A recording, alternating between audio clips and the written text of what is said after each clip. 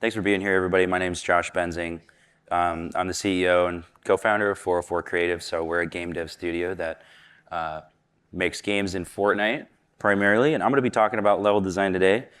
Thanks for coming to my talk. I know it's early in the morning. Everybody's tired. There's also a bunch of different UEFN sessions to choose from, so it means a lot that you're here for mine. So a little bit more about myself. Like I said, I'm the CEO of 404. We make Fortnite games. And although my title is CEO, I'm still very much involved in the game development side with my team and primarily leading level design in the majority of our projects. So I started creating in Fortnite about 6 years ago when the option to do that in-game first came out. And I had zero prior game dev experience. But I learned quickly and ended up turning it into my career. So I'm a self-taught level designer. I studied level design through independent research and just by absorbing content from experts in the games dev industry. And I also, once I started making my own levels in Fortnite, I started paying a lot more attention to the games that I was playing on a regular basis and understanding things that I could pull from inspiration from those ones. And not only did I study level design, I also practiced it a lot. So over the last 6 years when I've been making games, I've been a part of probably about 100 different projects, all in Fortnite, and led the level design on most of those. Most of my first projects were solo projects, and then more were built and launched underneath my team 404 once we got that started. And then we were working for brands and clients, and then so much of the games that we've built since have been collaborations. Many of those were esports, ranging from college leagues, even to the top professional stages that are out there. It's a lot of practice. So because my experience comes from very practical means, I also want to keep my session today very practical, which means I'm not going to be covering any fancy glossary terms or like design theories.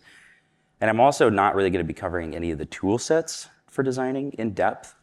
I'll simply be sharing my personal insights and my approach to level design.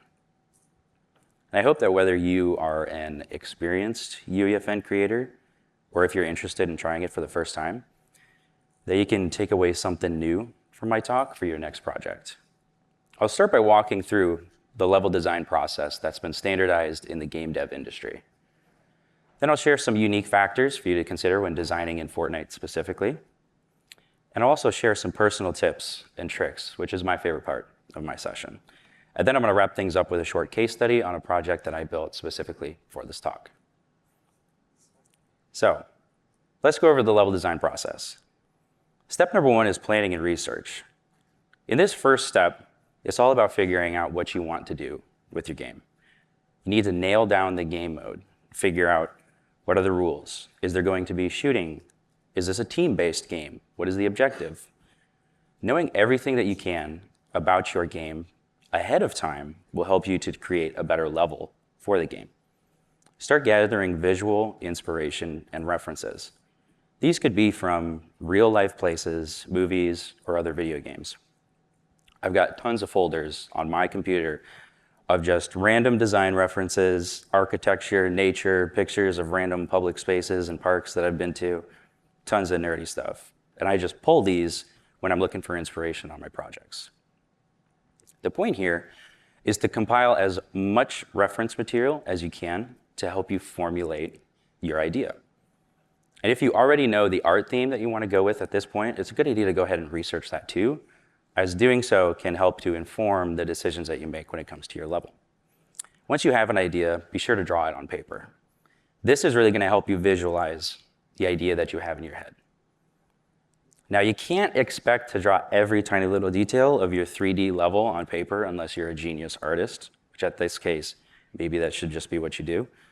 But taking the time to draw any of it is going to save you a lot of time later on down the road. It's much faster to erase a pencil mark and then redraw it than it is to adjust it in the editor. So make the small mistakes here in this phase rather than down the line. Now it's time for the real work to begin, the blockout phase. This is by far the most important step because this is where your level is actually going to start to take shape.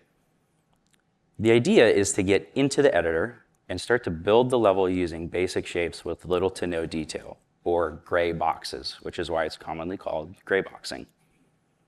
The purpose is to get the right scale and to get a feel for moving around the level. And I think most of your time in this stage should be spent just wandering around the level aimlessly rather than actually crafting it and putting it together. The point of using the simple shapes is to save time and iterate quickly, because you're not making any major design commitments yet at this stage. So it's important to keep in mind that you'll likely be doing a lot of iteration and revisions during this stage. And also keep in mind, the level that you draw on paper is inevitably going to be different from the level that you end up with here, which is a good thing because it means you're thinking critically about your level as you're taking it from paper to editor. Once the blockout feels about right, you can begin incorporating the gameplay elements. So with gameplay elements added, now it's all about testing the flow and how the level affects pacing or supports gameplay. Look for any imbalances in the game mode and identify any early exploits that you can. Now that you're actually playing the game rather than just wandering around in the level, it's likely that you're going to notice some things that you want to improve.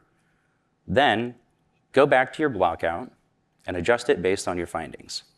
Once you're satisfied with both the level and the gameplay, it's time for the next step, to hand it over to the artists, which in most cases in UEFN might very well still be yourself. In that case, now you just go to add some artistic details and incorporate whatever your chosen theme is. When doing this, consider the details that you're adding and how it might affect the gameplay. Environment details play a major role in influencing player behavior. It's best to not overcomplicate the space and to keep it easily readable and to support gameplay. When the art is wrapped up, then it's time for the final step, testing and feedback. Here, you open up the game to more players, whether that looks like extended playtesting or simply, my advice, just publish the game. Either way, get more players in and be intentional about collecting their feedback. Often, simply observing players can be your greatest form of feedback. Watch how they navigate the space. Pay attention to the decisions that they make. I'll bet that you find things that you didn't expect. Look out for exploits. Players are masters at finding exploits. These pictures are a great example on a project that we launched not too long ago. It's just players getting into weird spaces. Take notes and consider tweaking the level according to what you see and the feedback that you get. This final step can last as short or as long as you want it to. And I'm sure that if you wanted to, you could keep finding things to change forever, but at some point, it's up to you to define what your limit is and accept that it's probably good enough and you're ready to call your level complete, which marks the end of the level design process. Now, for creating within Fortnite, since you're going to be making a game in Fortnite, there's some things that you should know if you don't know them already. First and most importantly is build mode. This is the unique game mechanic that has defined Fortnite as a game and now as a platform. Players can toggle on this feature during gameplay and essentially build their own level or create cover on the fly, using walls, floors, ramps, and cones that all connect on a structural grid. This allows for infinite strategies and creates unique scenarios in just about every game that it's a part of. However, this does come with a very high skill gap that can be very difficult to master and has the player base in Fortnite somewhat split. Some players prefer games with build mode, others prefer games without it. It's tough to say exactly what that split looks like, but for now, it seems that the majority of players are still in favor of build mode. We'll see if that changes in about a year or so. But consider whether or not you're going to have build mode as a part of your game very early on in the decision and planning process, because having this in your game mode will likely influence a lot of what you do when it comes to the design of your level. Next thing to consider is player movement. Players can move like crazy in Fortnite. They can jump over things taller than the character, they can mantle up ledges, they can even climb pretty tall walls. These movement features here are default in Fortnite, along with some others like sprinting, sliding, and crouching. Pay special attention to how this movement fits within your level, and be sure to design around it. I do not recommend adjusting these to fit your level. I've seen many creators make this mistake in the past, where they get the scale of their game is too big, and so to accommodate that, they make all the players faster, and it's just not a good idea, because Fortnite players are very used to the default movement. They like it, it's familiar to them, and it's a good idea to only change this when you want to introduce new gameplay features, such as maybe a power-up that makes you more powerful. The best place to test this movement is in a live edit session. This right here is the original developer toolset in UEFN before we had the desktop editor application. For several years, this was the only way that we could make games in the space. In this mode, you can edit and you can explore the level while in character. It is also the primary testing grounds anytime that you're going to make a game in UEFN. Here you still have access to most of the content library and assets. You can edit and manipulate these assets using the phone tool. You can also place gameplay devices and adjust their settings here. Launching an edit session from the editor will open a Fortnite client and sync them together so that any changes that you make here in this environment will update in the editor in real time. These edit sessions can also work cross-platform, meaning that you can sync any devices that can run Fortnite, which includes mobile, once again now, and you edit from those devices and have those changes appear in the editor. As an old school Fortnite creator myself, I still very much prefer to create levels this way. I'm used to it, I'm faster with it, and I get a better sense of scale when I'm creating in this environment because I can directly reference my character. I can also test the level while I'm building it at the same time. Often, as you can see here in this short video, I'll equip a weapon, place an object, swap to the weapon, and immediately verify the sightline that I just placed. This saves me so much time because I end up doing most of my revisions on the fly rather than post blockout.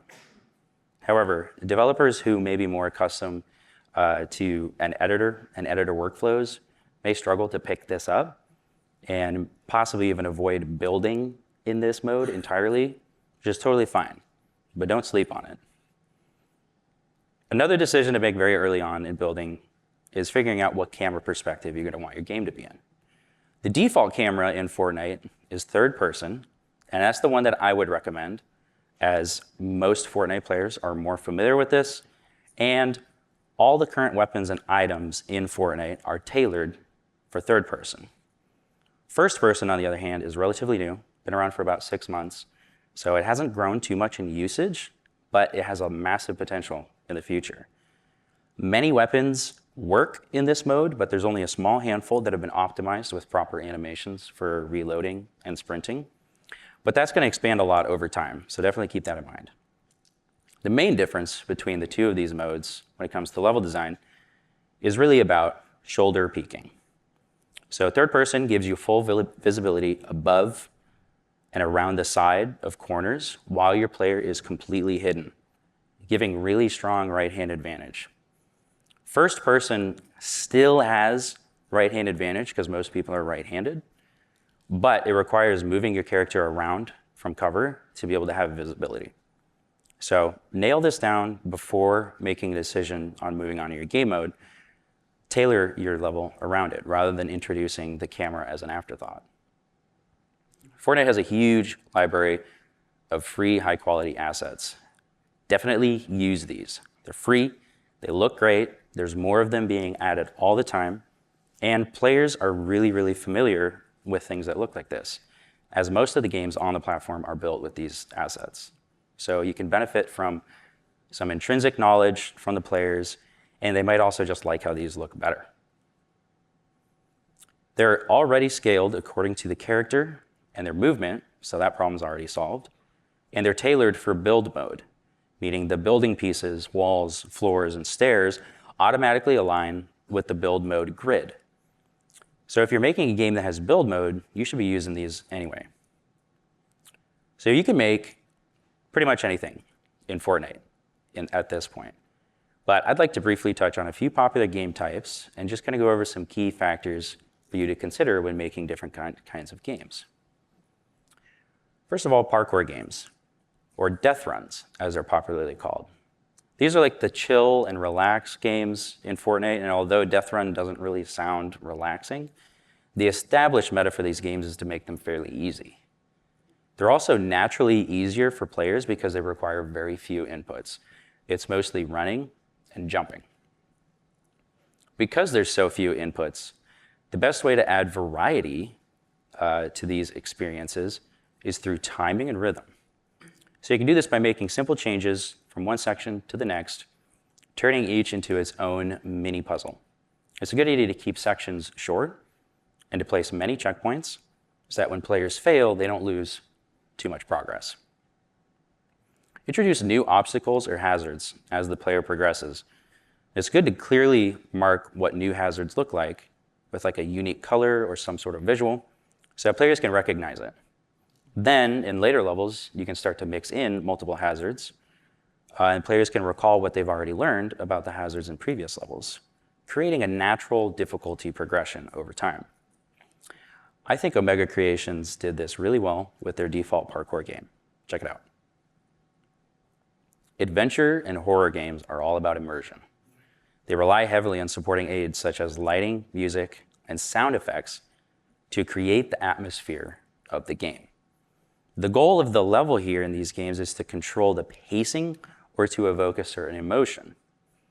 Sneaking through a small, dark hallway might create tension in a horror game, whereas emerging from a cave can create a grand reveal in an adventure game.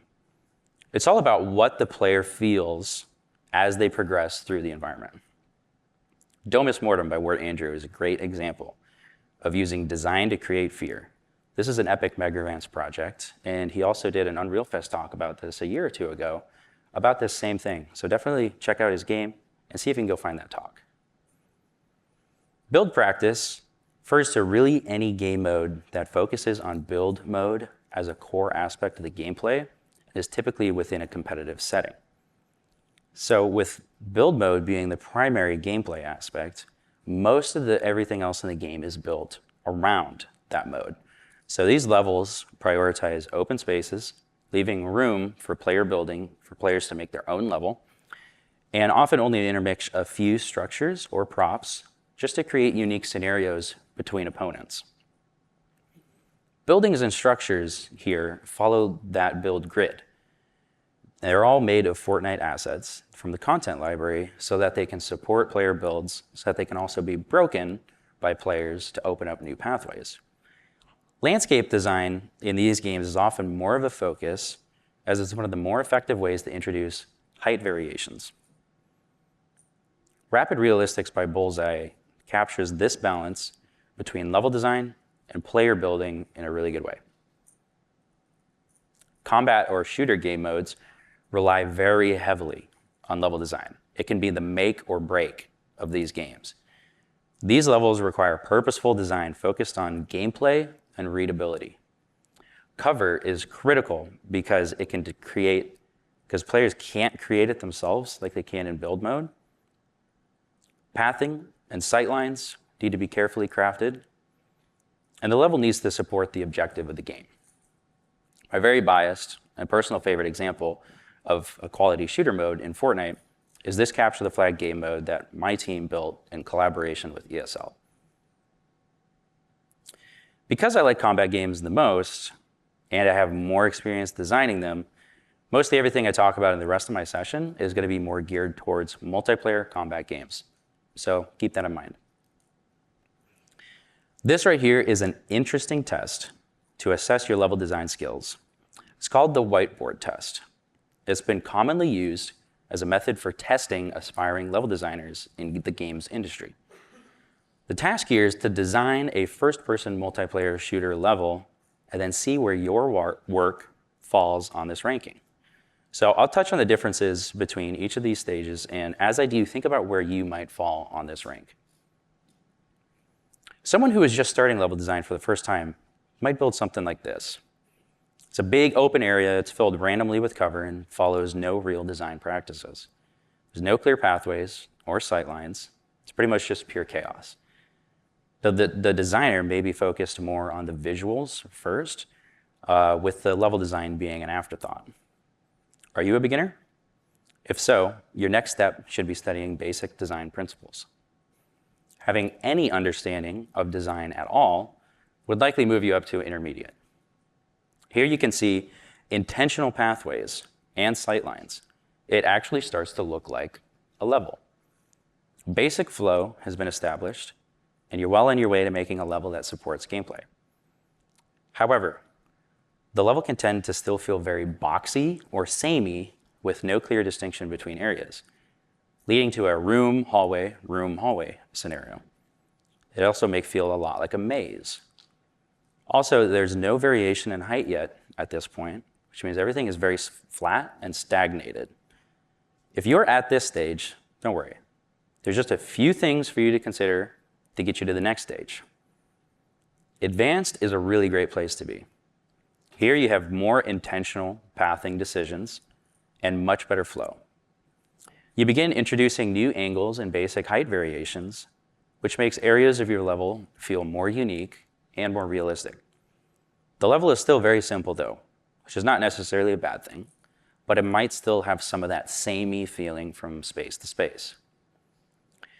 If you consider your skill to be advanced, that's great. Time and practice is pretty much all that you need at this stage. And if I'm being honest, I would say that most of the games that I create in Fortnite probably fall under this category because I don't always need to take it to that next step. And this is often good enough for what I'm building most of the time. But if I wanted to kick things up a notch, here's what that would look like. Here you can see that the level starts to look a lot more like an architectural floor plan as it starts to incorporate more real-life design inspirations. Pathing and sightlines are designed for optimal pacing and flow. The level has more meaningful breaks from that structural grid, and it has more purposeful height variation, making each space stand out from the other. It still feels like a video game level, but the design comes together in a way that makes it feel much more immersive. This here is what you call chef's kiss. So if this is you and you consider yourself an expert, you can leave right now. Kidding, obviously. But I may not really be able to help you because you've already made it, so congratulations. However, if you're not an expert, then hopefully I can help you. And to do that, I'd like to go over my personal favorite tips and tricks to improve your level design. Number one is player choices. Players make choices constantly in multiplayer combat games. So here's a few ways to give players more control on the choices that they make. The first one is all about timing of choices, or how frequently players are presented with opportunities to make a new choice as they pass through the level. I recommend allowing 3 to 5 seconds between pathing options, meaning as the player is moving through the level, when they make a pathing decision, there's about 3 to 5 seconds of uninterrupted movement before they're presented with a new option. Having too many sections under 3 seconds can start to feel too chaotic because it requires the player to make too many quick decisions. On the other hand, anything over 5 seconds might feel like too big of a commitment, locking players into the decision that they made, preventing them from adapting their strategy on the fly. The second point is regarding the number of options that you give players. When it comes to open spaces, it's best to have a minimum of 3 ways in and out of the space. This keeps players from being committed to certain paths and allows them to make smarter decisions.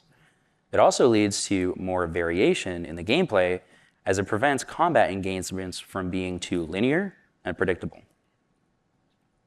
Number 2 is height variation. Just a second ago, I was talking about height variation being an important factor in advanced and expert level designs. So I'd like to talk specifically about the sizing of height variations that I commonly use in my projects. So using a standard Fortnite wall or a tile, as you can see in the middle there, as a reference, I find that the sweet spot for height changes is around 1/4 of a tile or 1/2 of a tile. With using stairs, this ends up being about 4 to 10 individual steps on the staircase, which aligns nicely with what you would actually see in the real world, especially in outdoor urban spaces. This makes your level feel a lot more realistic. Also, these height changes are enough that they add good variables to gameplay without sacrificing the flow of the level. Tall height changes can be disruptive to flow because it requires players to possibly have to snap their neck in order for them to look up and maintain a sight line. But that doesn't mean to avoid scenarios like that. Just consider them carefully. Subtle height changes maintains flow because it requires less vertical adjustments from the player, meaning that they can keep their reticle relatively constant as they move through the level. Speaking of height variations, stairs are the best way to introduce height variation in your level. So here's some tips on how to best use stairs. Let's talk about the angle of your stairs. By default, the stair piece in Fortnite is about 37 degrees steep. Feel free to keep it this way for simplicity. But if you're like me and you like to adjust the depth of your stairs to help them feel more realistic, go ahead. It's a good practice to keep the angle of your stairs between 10 degrees and 45 degrees. Anything less than 10 degrees is flat enough that it should probably just be a ramp. I personally wouldn't recommend adjusting your stairs to be any steeper than the default 37 degrees, but if you do, the maximum is going to be 45. Anything over 45 degrees is far too steep, and at that point, it is probably just best to simply turn it into a ledge that players can jump up or climb on. If the ledge is a little taller, it might be a good idea to introduce some other ways for players to easily get up it, such as a zip line or maybe something that you can bounce on. If your staircase is leading to a doorway like this, the stairway intersecting the door might feel very unnatural or awkward, and you also rarely see this in real life. The only time you really see this is the scary basement stairs at your grandma's house. Instead, add a landing or a section of the floor at the top or the bottom of the staircase just prior to the doorway. This helps it feel a lot more realistic and it's more comfortable for the player. You can also use landings to break up the rare double staircase. So that many stairs in a row is brutal. Likely feels too tall. Once again, keep in mind what you see in real life. Everybody knows that stairs suck, and that by adding platforms between sections can ease that pain or give you a break. Pay attention to the stairs that you see around the convention center today. I'm sure that you're going to see a lot of landings on them. Now, number 4, creating cover. This is possibly the most important thing because cover can make or break your game as the great balancer of gameplay. Always make sure to carefully test your cover as you develop. Live Edit is a very useful place to do this. Verify that your cover doesn't block weapon fire. Pay attention to this red X that might show up. This means that your weapon fire is going to be blocked. And in this case, my cover is too tall. Size your cover accordingly to create smoother gameplay. Also, be certain to test the differences between first person and third person because how your camera aligns with where bullet trajectory actually emerges from can be different. To be thorough, make sure to test your cover using every weapon that you plan on having available in your game. Be sure to incorporate a variety of cover styles in your level. Include a mix of cover that provides different levels of protection. Hard cover refers to anything that offers durable protection. Pretty much anything that you can completely hide behind and be fully protected. Hard cover is very strong in third person because of the shoulder peak. So don't overuse it. Soft cover, on the other hand, offers much less protection, but is likely to be used more strategically by players. These could be props that have large holes in them, or even bushes that can block visibility, but still allows weapon fire to pass through it. Soft cover can give higher skilled players the upper hand as they tend to utilize it better. Overall, having different types of cover in your level can help the space feel more realistic rather than just using wooden crates everywhere, which I know is very, very tempting. Variation in cover size and height is also beneficial for your level. Full cover is any cover that is large enough to completely conceal an upright and standing character. This is best for blocking off sightlines, or in the case of first person, requiring the player to move completely around cover in order to get a sightline. Half cover is short enough for a standing player to shoot over it, but is tall enough to conceal a crouching player. This cover can be used more tactically because players can engage offensively while also having suitable protection at the same time. Provides cover while also keeping sightlines open, which creates more opportunities for combat engagements. Number 5, borders or level boundaries. Every level needs a border, and it's important for players to know where that border is. Sometimes you might want the border of your map to be a little bit more creative than simply a wall. But whatever you do, make sure to not leave any gaps or holes that the player might mistake for a pathway. Simply placing an invisible barrier is not good enough. Players should know where the map ends just by looking at it. Players should never ever run into an invisible barrier because that can be confusion, and confusion is bad. To prevent this confusion, make sure to clearly block off restricted areas, making it clear that this is not a pathway. Walls are the clearest and most understandable way to define the level border. But in Fortnite, simply making the wall one tile high may not be good enough because of the movement. Players might still believe that they can mantle over the wall, and they may have the confidence enough to try it, once again leading to confusion. You can prevent this by either making the wall taller or adding objects at the top of the wall like a railing or barbed wire that can serve as an extra visual aid, telling the player, you can't go there. Similarly, if you want to add doors as just an art style to your game, but are not actual doorways into pathways, it's important to make sure that the players know that. An easy way to make a door appear as not an option is to place an object directly in front of the door to block any possible pathing through it. Last but not least, leading players. To maintain good flow, you always want your players to know where they're going. In this scenario here, I want to lead the player to the left. There's several ways I could go about doing this. Lighting could be a good method for guiding players somewhere, but your game may need to have darker lighting in order for this to be effective. Also be careful how you use lighting. Don't be careless with it.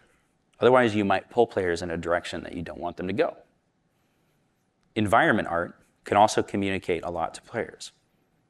Objects that align a hallway or around a corner, like pipes or wires, can be used as a reference for pathing while also contributing to the theme of your game.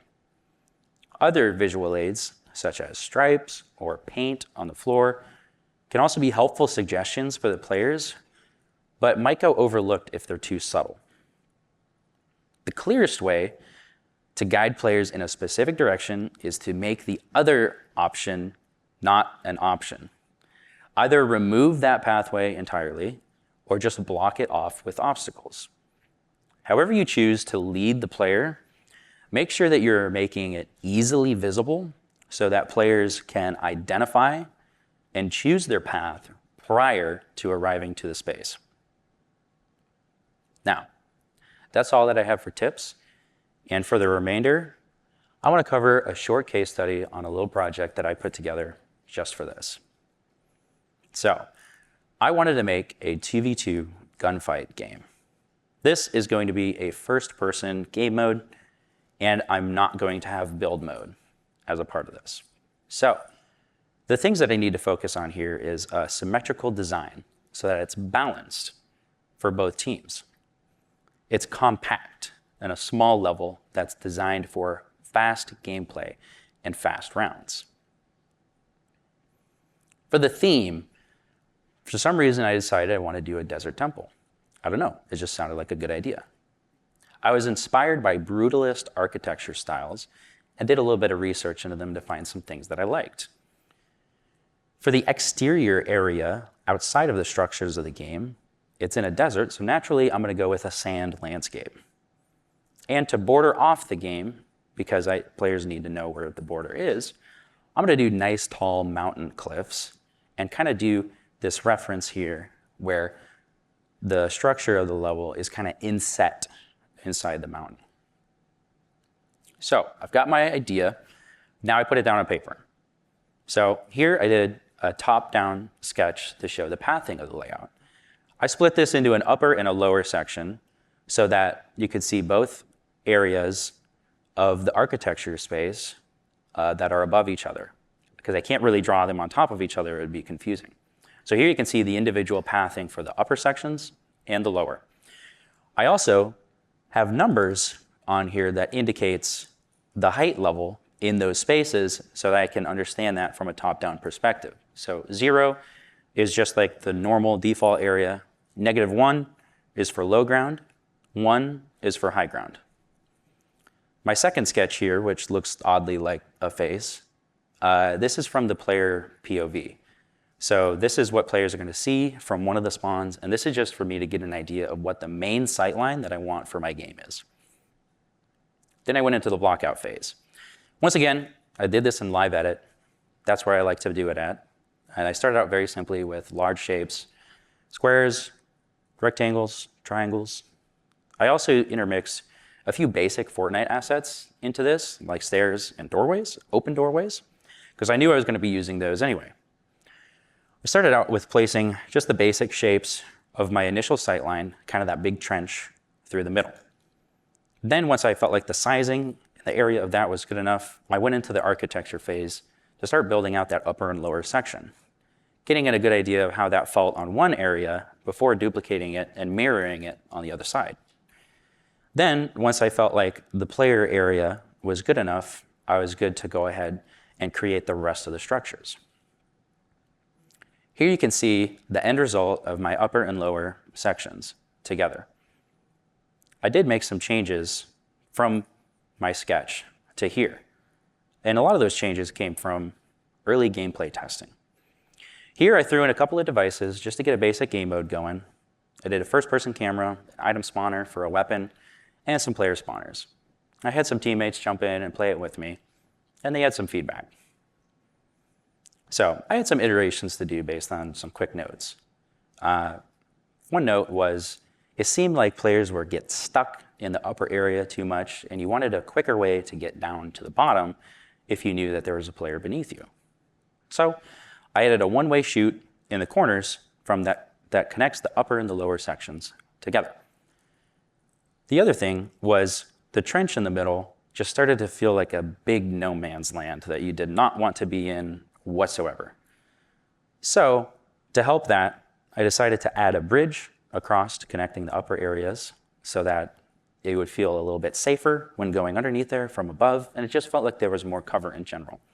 Additionally, this actually added a nice new path connecting both of the upper sections. I'm a big fan of it. Now, I like how the level was, so I was able to begin visuals. Not much for now, just some simple material swaps on the shapes just to get an idea of the direction that I'm going. And I hope that I can finish the project and publish it after Unreal Fest.